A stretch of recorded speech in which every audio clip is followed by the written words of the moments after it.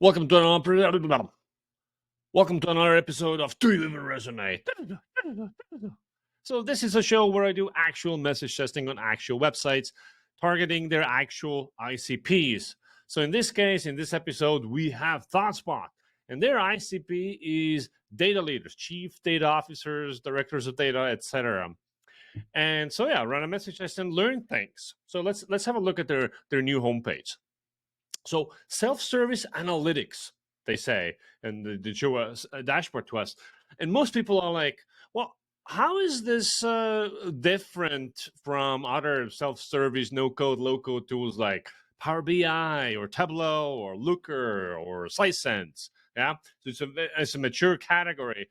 And if you operate in a mature category, you need to lead with differentiated value proposition. You search kind of people are like, well, how exactly? And AI, and most people are like, yeah, right. It seems like buzzword, right? So these are data people. They're very skeptical. They've seen the hype. So I'm not saying that this is incorrect, but there could be a more precise way to say it so it doesn't come across just as a bunch of marketing buzzwords, right? So if I look at the message testing results here, and not as pretty as Tableau, makes me curious. Looks a lot like others. And what is modern data stack? Is that a lake in S3 or maybe Databricks Delta Lakes, or what is it? This feedback was pretty common here, where modern data stack. It seems to be that if you don't know what to say, you say modern. And I understand, a lot of companies use this, but it's not universally clear what a modern data stack is. So let's keep scrolling. What people really love about this is that they have divided their homepage up into these sections by their ICP. So this is a business leader, and then they have the data analyst, and then they have the section for product builder. Now, what happens in these sections is that these sections are totally good. So it's totally good what they have here. However, when people read this, what happens is that they develop an insane amount of questions. Now, if somebody comes to your website and they read everything and they still have questions, you have failed them, right?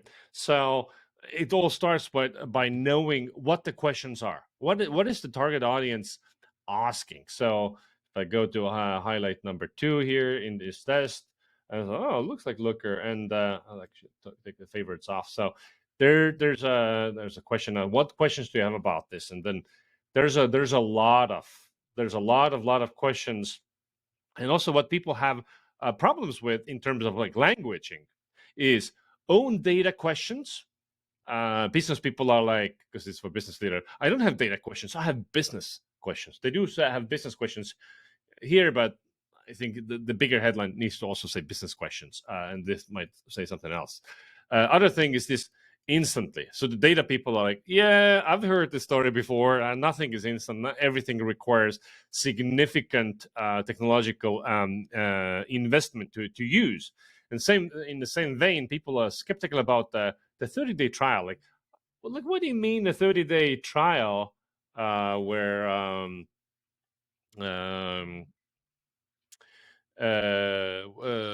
when such a technological investment is happening?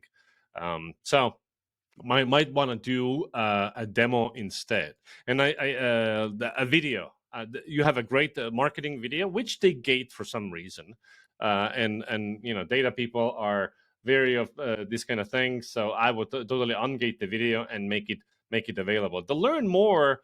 But then I think like you answer a lot of questions on the internal pages.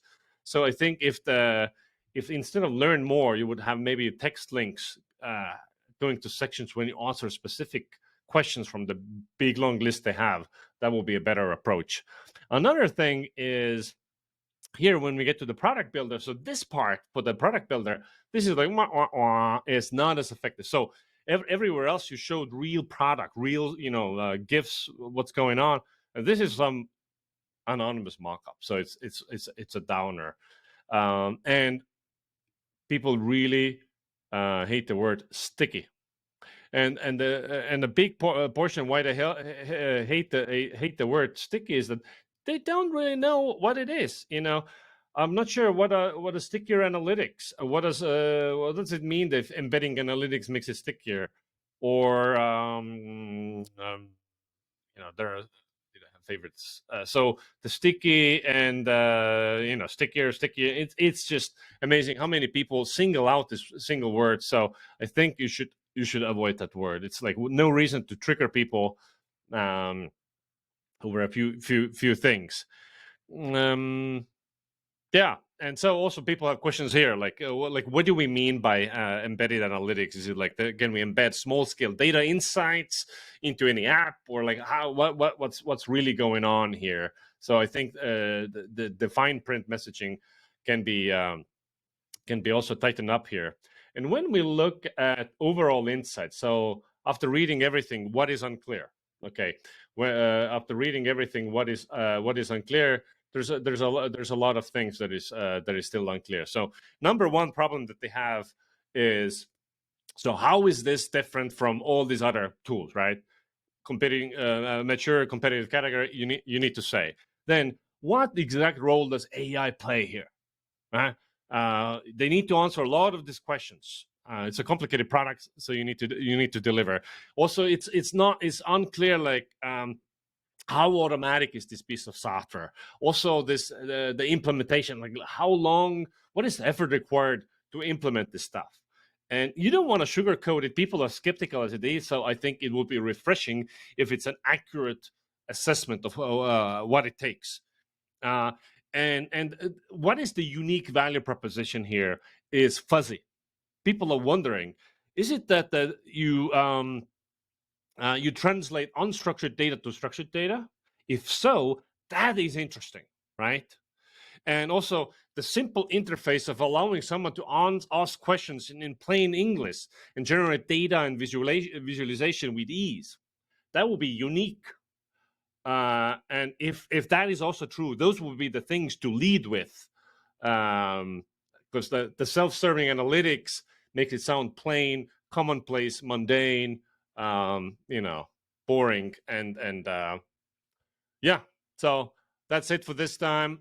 Thanks for tuning in. I'll catch you next time.